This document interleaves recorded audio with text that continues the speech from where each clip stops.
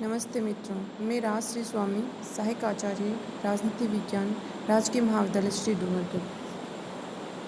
आज हम बीए द्वितीय वर्ष की पुस्तक प्रमुख राज्य व्यवस्थाएं के तहत ब्रिटिश मंत्रिमंडल के बारे में पढ़ेंगे। जैसा कि हम पहले ब्रिटिश संविधान के उद्भव, विकास के प्रमुख चरण, प्रमुख स्रोत, परंपराएं एवं ब्रिटिश संविधान की विशेषताओं के बारे में विस्तार से पढ़ चुके हैं। अब इसी के तहत हम आज देखते हैं कि ब्रिटिश मंत्रिमंडल का ब्रिटिश प्रशासनिक व्यवस्था में क्या स्थान है, क्या योगदान है और किस तरह से इसका उद्भव तथा विकास हुआ है और ब्रिटिश मंत्रिमंडल की प्रमुख शक्तियाँ क्या है। तो ब्रिटिश मंत्रिमंडल वास्तव में यदि परिभाषा के रूप में हम देखें तो मंत्रिमंडल ऐसे कुछ राजकीय परामर्शदाताओं की एक संस्था है जो प्रधानमंत्री द्वारा नियुक्त किया जाता है और प्रधानमंत्री के नेतृत्व में ही जो कार्य करते हैं।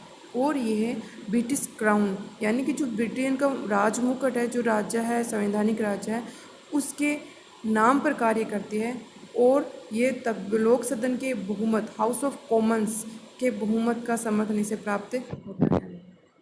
अब हम ब्रिटिश मंत्रिमंडल के उद्भव की बात यदि करें तो वास्तव में ब्रिटिश मंत्रिमंडल जो प्रिवी काउंसिल थी उसी का एक विकसित रूप है। हम पहले पढ़ चुके हैं कि 18वीं सदी के प्रारंभिक वर्षों में जो प्रिवी काउंसिल है एक परामर्शदात्री निकाय के रूप में वास्तविक शक्तियाँ रखती थी, लेकिन ये आगे धीरे धीरे इन शक्तियों का रूपांतरण एक छोटी संस्था मंत्रिमंडल के रूप में केंद्रित हो गया और ये प्रिवी काउंसिल ही मंत्रिमंडल का प्रारंभिक रूप है। तो हम ये देखते हैं कि ब्रिटेन के जो लोग हैं वो अपनी परंपराओं से चिपके रहना पसंद करते हैं और अपनी परंपराओं को जो अतीत की संस्था हैं उनको बहुत पसंद करते हैं। तो प्रिवी काउंसिल वास्तव में क्यूरियर रेजिस का ही एक विकसित रूप है। प्रिवी काउंसिल वर्तमान में एक बहुत बड़ी परामर्शदात्री संस्था है जिसके 320 सदस्य होते हैं और ये 320 सदस्य इनकी जो सदस्यता है वो जीवन पर्यंत रहते हैं। और ये जो अधिवेशन के रूप में मुख्यतः 2 अवसरों पर अधिवेशन करते हैं।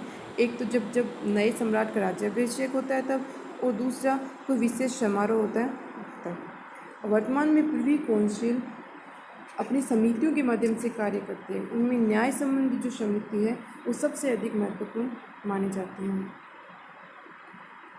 और अब जैसे ओक तथा जिंक ने कहा है कि वर्तमान में जो प्रिवी काउंसिल के कार्य हैं वो अब मंत्रि परिषद को स्थानांतरित हो गए हैं, तो प्रिवी काउंसिल उतनी शक्तिशाली संस्था अब नहीं रही है। मंत्रिमंडल के विकास की यदि हम आगे चर्चा करें तो प्रिवी काउंसिल ही मंत्रिमंडल के रूप में विकसित हुई है। जैसे हमने पहले पढ़ा कि प्राचीन ब्रिटेन में 2 संस्थाएं थी, एक थी क्यूरियर रेजिस और दूसरी थी मैग्नम कॉन्सिलियम।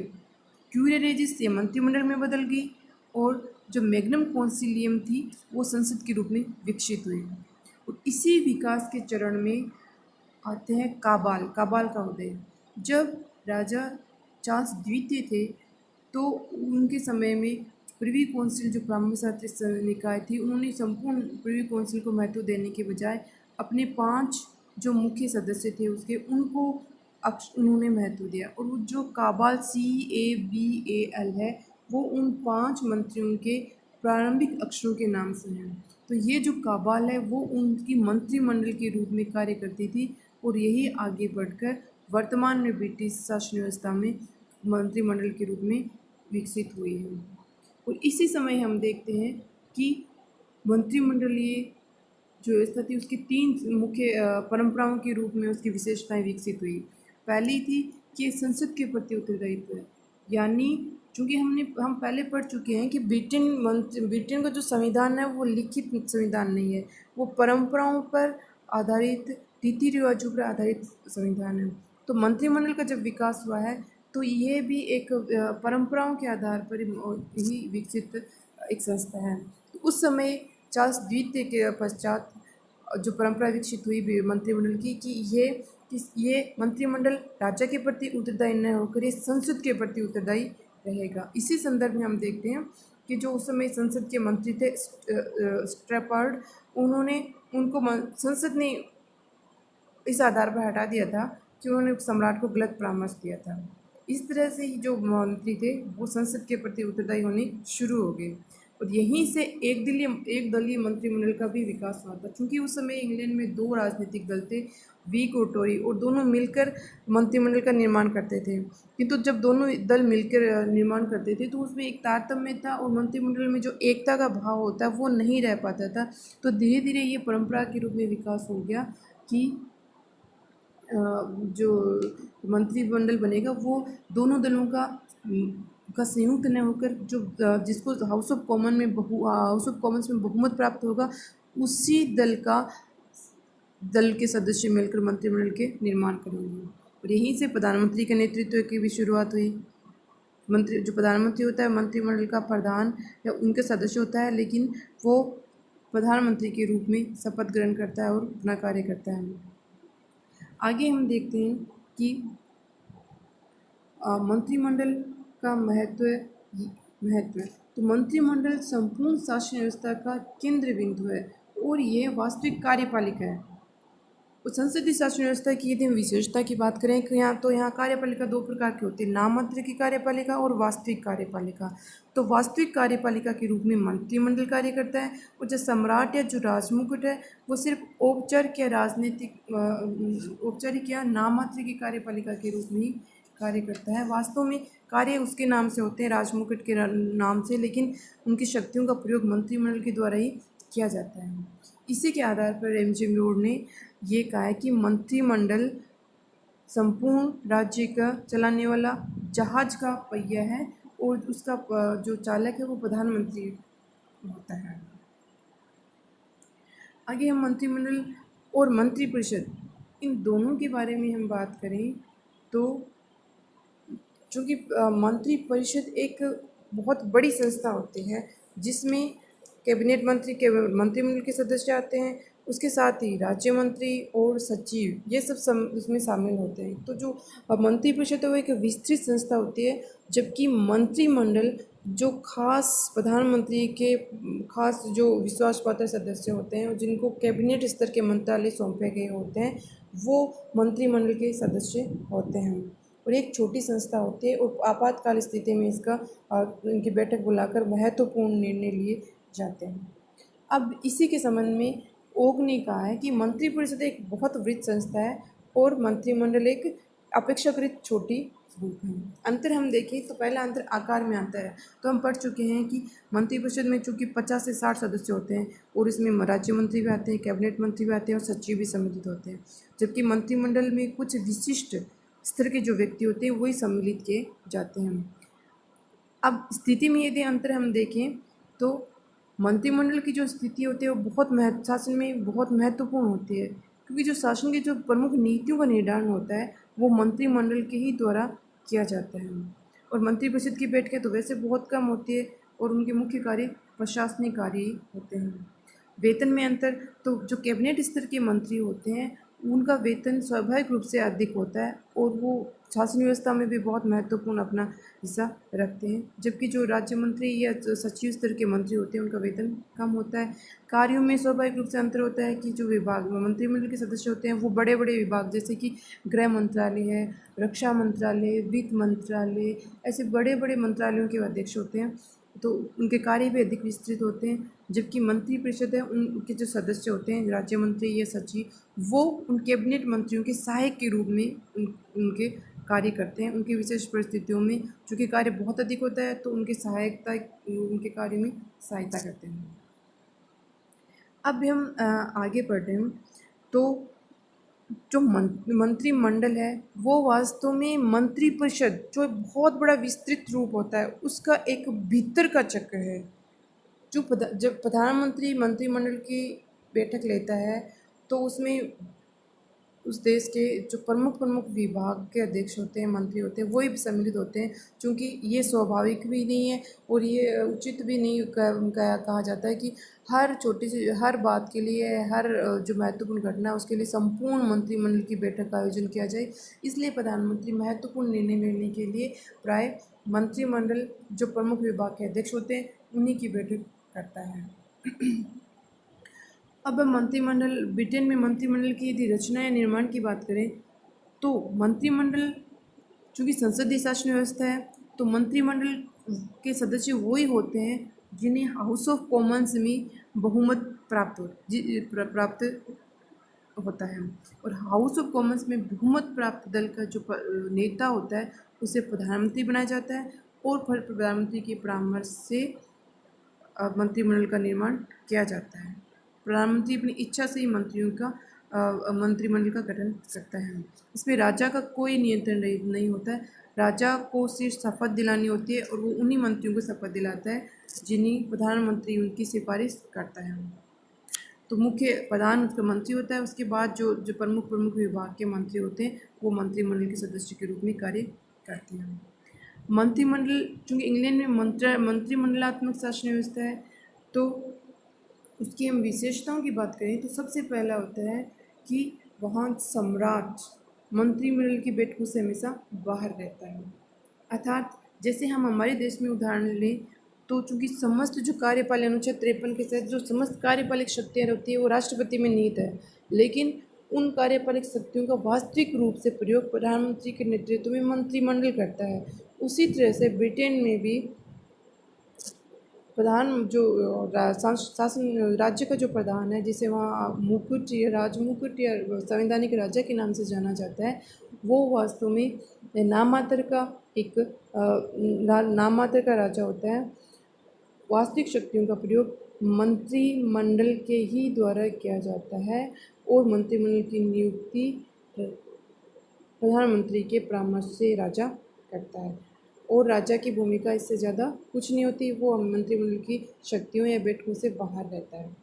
दूसरी विशेषता है कि यहाँ टोली की यानी कि सामूहिक भावना रहती है।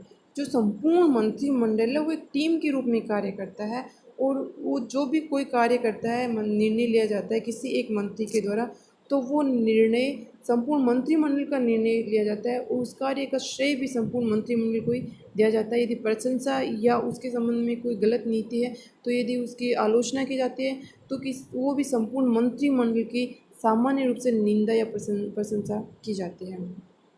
और हाउस ऑफ कॉमन्स में जब अविश्वास प्रस्ताव किसी सदस्य के खिलाफ पारित किया जाता है तो वो सिर्फ उस एक मंत्री के खिलाफ सदस्य अविश्वास प्रस्ताव नहीं होता, बल्कि वो अविश्वास प्रस्ताव सभी मंत्री या संपूर्ण मंत्री परिषद का होता है। इसलिए ये ब्रिटेन के बारे में ये कहा जाता है कि प्रत्येक के लिए सब और सब के लिए प्रत्येक, all for each and each for all, यानी कि एक मंत्री है वो संपूर्ण मंत्रिमंडल के लिए उत्तरदायी होता है और संपूर्ण मंत्रिमंडल उस एक मंत्री के लिए उत्तरदायी होता है। वो सब मिलकर एक टोली के रूप में कार्य इसमें किए करते हैं। अब तीसरी विशेषता मंत्रिमंडल की है कि गोपनीयता, यानी मंत्रिमंडल की जो भी बैठक होती है उसमें मंत्रिमंडल के सदस्यों को अपने विचार रखने के लिए स्वतंत्रता होती है और वो अपने विचार रखते हैं, लेकिन वो जब सार्वजनिक रूप से केवल उन्हीं बातों को रखा जाता है जो कि संपूर्ण मंत्रिमंडल का निर्णय होता है, यानी कि प्रत्येक मंत्री ने अपने क्या विचार रखे वो सार्वजनिक रूप से प्रस्तुत नहीं किया जाता है। सिर्फ जो सामूहिक निर्णय होते हैं वही सार्वजनिक रूप से मीडिया के समक्ष या जनता के समक्ष आते हैं। मंत्रिमंडलीय शासन व्यवस्था की एक विशेषता है कि प्रधानमंत्री का नेतृत्व रहता है, अर्थात प्रधानमंत्री है वो मंत्रिमंडल का नेता है। हालांकि वो अपनी समान जो मंत्री हैं उनके लिए एक समान पद है और उसके अधिकार भी समान है, लेकिन फिर भी प्रधानमंत्री चूँकि मंत्रिपरिषद का अध्यक्ष होता है, उसका नेता होता है, इसलिए उसका विशिष्ट स्थान है और सभी मंत्रियों में श्रेष्ठ माना जाता है और बराबर वालों में प्रथम है और उसकी बात का सम्मान किया जाता है और उसको विशेष महत्व दिया जाता है। अब आगे हम बढ़ें तो मंत्रिमंडल की एक विशेषता होती है राजनीतिक एकता, यानी कि जो हाउस ऑफ कॉमन्स के जिस दल को बहुमत प्राप्त होता है राजनीतिक दल को, वो सरकार का निर्माण करता है और सरकार में जो मंत्री होते हैं वो लगभग किसी एक राजनीतिक दल के होते हैं और वो जब एक राजनीतिक दल के रूप में कार्य करते हैं, यानी कि उनके जो निर्णय होते हैं उनके कार्य होते हैं उनमें एक रूपता होती है, राजनीतिक एकता होती है, क्योंकि वो एक दल के सदस्य होते हैं, उनके एक जैसे विचारधारा होती है, उनके एक जैसे उद्देश्य होते हैं और एक जैसे दृष्टिकोण के आधार पर वो कार्य करते हैं, तो उनमें राजनीतिक एकरूपता पाई जाती है। और हम सामान्य रूप से जानते हैं कि संसदीय जो शासन व्यवस्था होती है या जिसको मंत्रिमंडलीय शासन व्यवस्था भी कहते हैं, उसमें कार्यपालिकाएं व्यवस्थापिका में बहुत घनिष्ठ संबंध होते हैं, क्योंकि हाँ अभी हाँ हाँ हम जानते हैं कि ब्रिटिश जो मंत्रिमंडलीय व्यवस्था है वो संसदीय शासन व्यवस्था में एक आदर्श के रूप में मानी जाती है। और मंत्रिमंडल का निर्माण संसद के माध्यम से होता है, क्योंकि जिस दल को संसद में बहुमत प्राप्त होता है वो मंत्रिमंडल का निर्माण करता है। तो जो मंत्रिमंडल का निर्माण करता है तो वो कार्यपालिका या सरकार जिसको हम कहते हैं वो उत्तरदायी अंतिम रूप से व्यवस्थापिका के या संसद के प्रति होती है, क्योंकि उसका गठन संसद के माध्यम से होता है। संसद में जिस दल को, हाउस ऑफ कॉमन्स में जिस दल को बहुमत प्राप्त है वो सरकार बनाता है। तो इस तरह से कार्यपालिका एवं व्यवस्थापिका में घनिष्ठ संबंध होते हैं। और मंत्रिमंडल के जो सरकार के सदस्य हैं वो अपने पद पर तभी तक रह सकते हैं जब तक कि उन्हें हाउस ऑफ कॉमन्स में विश्वास मत प्राप्त हो, यानी कि जब व्यवस्थापिका में वो अपना बहुमत हासिल कर पाते हैं तभी तक वो कार्यपालिका के रूप में कार्य कर सकते हैं। यदि अविश्वास प्रस्ताव संसद में पास हो जाता है तो कार्यपालिका को अपने पद से इस्तीफा देना पड़ता है। तो इस तरह से ब्रिटिश मंत्रिमंडलीय व्यवस्था में कार्यपालिका जो व्यवस्थापिका है वो घनिष्ठ रूप से एक दूसरे से संबंधित है। और एक जो मंत्रिमंडलीय शासन व्यवस्था की ये विशेषता है कि मंत्रिमंडल का लोक सदन के विघटन का अधिकार है, यानी लोक सदन हाउस ऑफ कॉमन्स जिसको कहते हैं, यदि मंत्रिमंडल ये परामर्श दे दे कि उन हाउस ऑफ कॉमन्स का विघटन किया जाए, राजमुकुट को ये परामर्श दे, तो संसदीय जो लोक सदन है उसका विघटन किया जा सकता है। लेकिन इस संबंध में या तो उनको लोक सदन में जो मंत्रिमंडल उसको बहुमत प्राप्त हो या उसे ये विश्वास हो कि उसे राष्ट्र का समर्थन प्राप्त है, तो ऐसी स्थिति में वो राजमुकुट को परामर्श दे सकता है कि लोक सदन को भंग करके दोबारा निर्वाचन कराया जाए। मंत्रिमंडल का उत्तरदायित्व भी निश्चित रहता है, क्योंकि कैबिनेट है वो उसका कुछ निश्चित विशेष उत्तरदायित्व है। वैधानिक उत्तरदायित्व की हम बात करें तो वैधानिक रूप से मंत्रिमंडल राजा के प्रति उत्तरदायी है, क्योंकि इंग्लैंड का जो वास्तविक शक्तियाँ चूँकि मंत्रिमंडल में है, लेकिन संवैधानिक प्रधान इंग्लैंड का राजमुकुट या राजा है। तो मंत्रिमंडल का ये वैधानिक कर्तव्य बनता है कि वो राजा को के प्रति उत्तरदायी रहें। और मंत्रिपरिषद और जो राजा होता है वो मंत्रिपरिषद के परामर्श के आधार पर कार्य करता है। अंतर्मंडलीय उत्तरदायित्व होता है मंत्रिमंडल का, क्या जैसे कि मंत्रिमंडल के सदस्य होते हैं उनमें यह जरूरी है कि वो आपस में एक दूसरे के साथ परस्पर सहयोग के साथ कार्य करें, एकजुट होकर कार्य करें, और उनका ये नैतिक कर्तव्य बनता है कि वो अपने साथियों को नीचा नहीं दिखाएं, क्योंकि वो एक संस्था के सदस्य होते हैं। तो उनका अंतः मंत्रिमंडलीय उत्तरदायित्व भी सुनिश्चित होता है। चूँकि संसद के प्रति उत्तरदायित्व भी उनका सुनिश्चित है, क्योंकि उनका बहुमत संसद के माध्यम से होता है और संसद के माध्यम से ही वो मंत्रिमंडल का निर्माण होता है। अतः राजनीतिक उत्तरदायित्व के रूप में यदि मंत्रिपरिषद कॉमन सभा का विश्वास खो देती है तो उसको त्यागपत्र देना पड़ता है।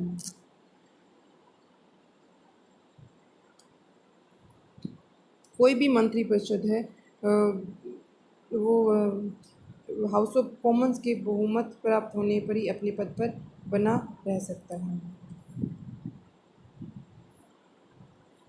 आगे हम बात करें कि ब्रिटेन में भी कई ऐसे उदाहरण मिलते हैं जहाँ पर जब मंत्रिपरिषद संसद में अपना विश्वास खो देता है तो उसे अपना त्यागपत्र देना पड़ता है। तो इस तरह से मंत्रिमंडल का वैधानिक उत्तरदायित्व रहता है, मंत्रिमंडलीय उत्तरदायित्व रहता है और संसद के प्रति राजनीतिक उत्तरदायित्व रहता है। मंत्रिमंडल की शक्तियों या कार्यों के बारे में यदि बात करें तो वास्तव में ब्रिटेन की शासन व्यवस्था में मंत्रिमंडल ही वास्तविक नीति निर्धारण करने वाली संस्था है। वास्तविक शक्तियों का प्रयोग मंत्रिमंडल के द्वारा ही किया जाता है। इसके संबंध में एक बहुत ही रेमजेव्यू ने एक शब्द परिभाषा दी है कि मंत्री परिषद है वो राज्य रूपी जहाज का परिचालक चक्र है। लोवेल ने इसे राजकीय महराब की आधारशिला इसको माना है। अब हम शक्तियों की बात करते हैं तो सबसे पहले विधि निर्माण की शक्ति का आता है। विधि निर्माण यानी कानूनों का निर्माण करना। कानूनों का निर्माण करना वैसे तो सामान्यतः हम देखते हैं कि सैद्धांतिक रूप से संसद का कार्य होता है, लेकिन आजकल कानून निर्माण का एक कार्य संसद के बजाय मंत्रिपरिषद को स्थानांतरित हो गया है। लावेल ने बहुत सुंदर शब्दों में कहा कि ये कहना अतिशयोक्ति नहीं होगी कि वर्तमान के समय में मंत्रिपरिषद ही संसद की मंत्रणा समिति हो गई है और वो ही विधि निर्माण का कार्य करती है। संसद क्योंकि मंत्रिपरिषद ये निर्धारित करती है, राजा को परामर्श देती है कि संसद की बैठक कब बुलानी चाहिए, कब बुलाई जाएगी, उसे कब स्थगित किया जाए और कब उसे भंग कर दिया जाए। इस तरह से जो मंत्रिपरिषद है वो ही राजा जो उद्घाटन भाषण देता है मंत्रिपरिषद में, वो उसका तैयार मंत्रिपरिषद ही करती है। संसद में जो भाषण देता है राजा, वो मंत्रिमंडल के या मंत्रिपरिषद के लिखे हुए भाषण के रूप को ही वो पढ़ता है। यानी कि अंतिम रूप से उस भाषण की जो रूपरेखा है वो मंत्रिपरिषद ही तैयार करता है, राजा मात्र उसको संसद में पढ़ता है। तो सारी शक्तियाँ, विधि निर्माण की शक्तियाँ हैं वो संसद के बजाय मंत्रिपरिषद के पास केंद्रित हो गई है। और दूसरी है वो कार्यपालिका संबंधी शक्तियों की हम बात करें तो चूँकि इंग्लैंड में वास्तविक कार्यपालिका शक्तियाँ मंत्रिपरिषद के पास हो गई है और जो राजा है, राजमुकुट है, वो सिर्फ नाम मात्र की शक्तियाँ उसके पास है। तो जो मंत्रिपरिषद है वो उसका मुख्य कार्य है कि संसद द्वारा के समक्ष जो नीति का निर्माण करती है, नीति प्रस्तुत करती है, वो उसको अंतिम रूप देती है। दूसरा, संसद के द्वारा निर्धारित नीति को राष्ट्रीय स्तर पर क्रियान्वित करना और उस क्रियान्वयन का नियंत्रण करना, ये भी मंत्रिमंडल का ही कार्य होता है। मंत्रिमंडलीय राज्य के देश के विभिन्न विभागों के जो अधिकारी हैं, उन अधिकारियों के मध्य सामंजस्य रखना और उनकी शक्तियों को नियंत्रित रखना, ये कार्य मंत्रिमंडल के द्वारा ही किया जाता है। क्योंकि मंत्रिमंडल होते हैं प्रमुख विभागों के अध्यक्ष होते हैं और वो अपने विभागों का संचालन करते हैं, तो उनकी गतिविधियों पर नियंत्रित रखते हैं और विभिन्न विभागों के मध्य समन्वय स्थापित करने का कार्य भी मंत्रिमंडल का ही होता है, ताकि विभिन्न विभागों में आपस में विरोध या कॉन्ट्राडिक्शन की स्थिति उत्पन्न नहीं हो।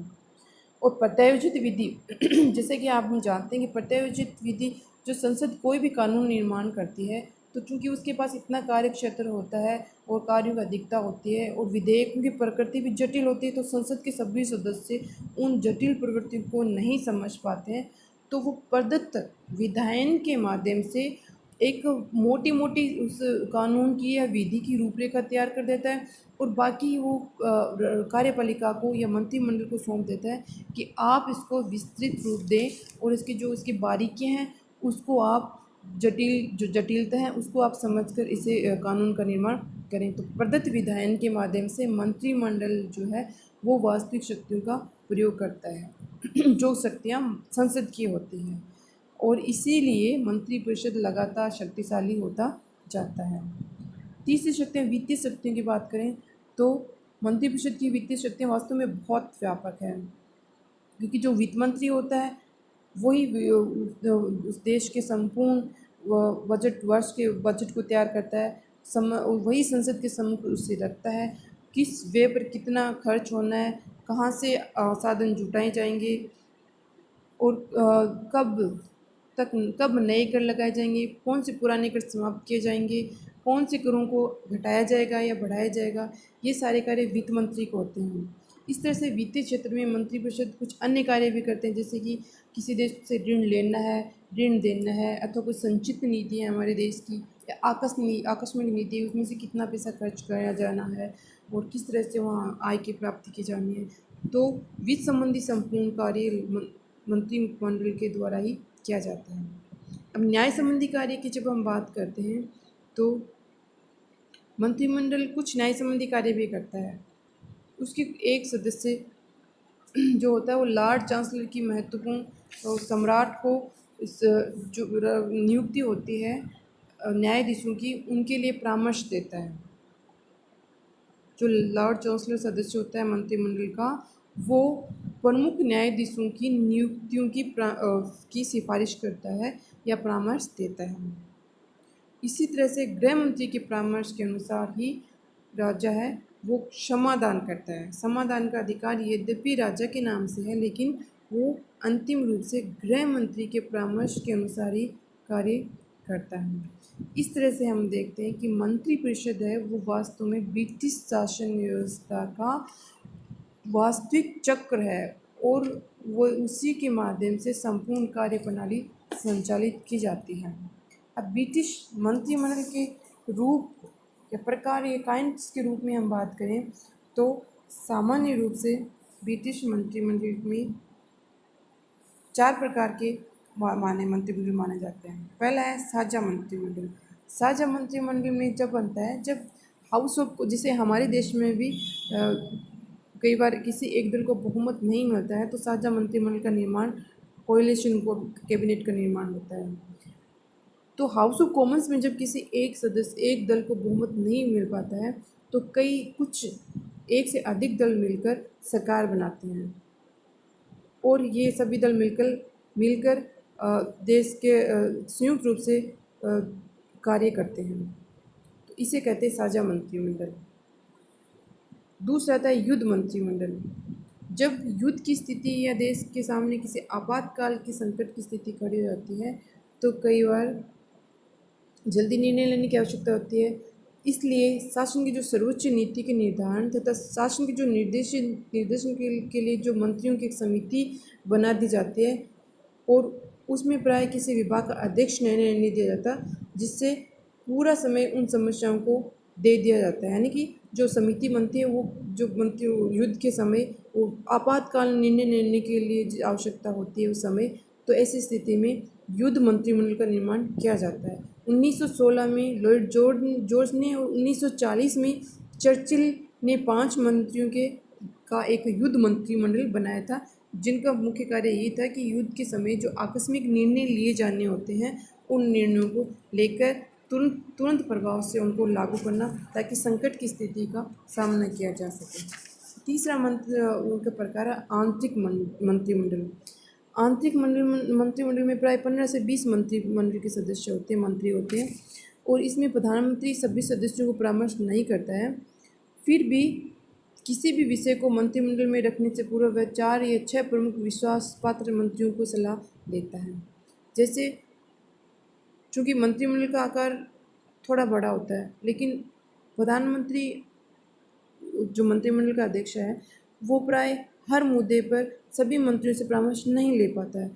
तो जब मुख्य 4 या 5 जिनमें मुख्यतः रक्षा है, वित्त है, गृह मंत्री है, तो इन मंत्रियों का एक समूह होता है जो आंतरिक मंत्रिमंडल कहलाता है और ये समूह ये आपात स्थिति में बैठकर प्रधानमंत्री के साथ बैठकर तो निर्णय लेता है। फिर एक तरह से औपचारिक मंत्रिमंडल एक संगठन अनौपचारिक संगठन होता है और ये हाथों हाथ निर्णय ले जाता है और प्रधानमंत्री के बहुत ही विश्वास पात्र या विश्वसनीय सदस्य जो मंत्री के रूप में होते हैं।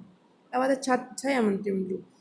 छाया मंत्रिमंडल ब्रिटिश प्रशासनिक व्यवस्था की एक बहुत एक रचनात्मक विशेषता है। ब्रिटेन में जो वास्तविक सरकार जिन्हें लोक सदन में बहुमत प्राप्त होता है वो सरकार कार्यपालिका के रूप में सरकार का निर्माण करते हैं।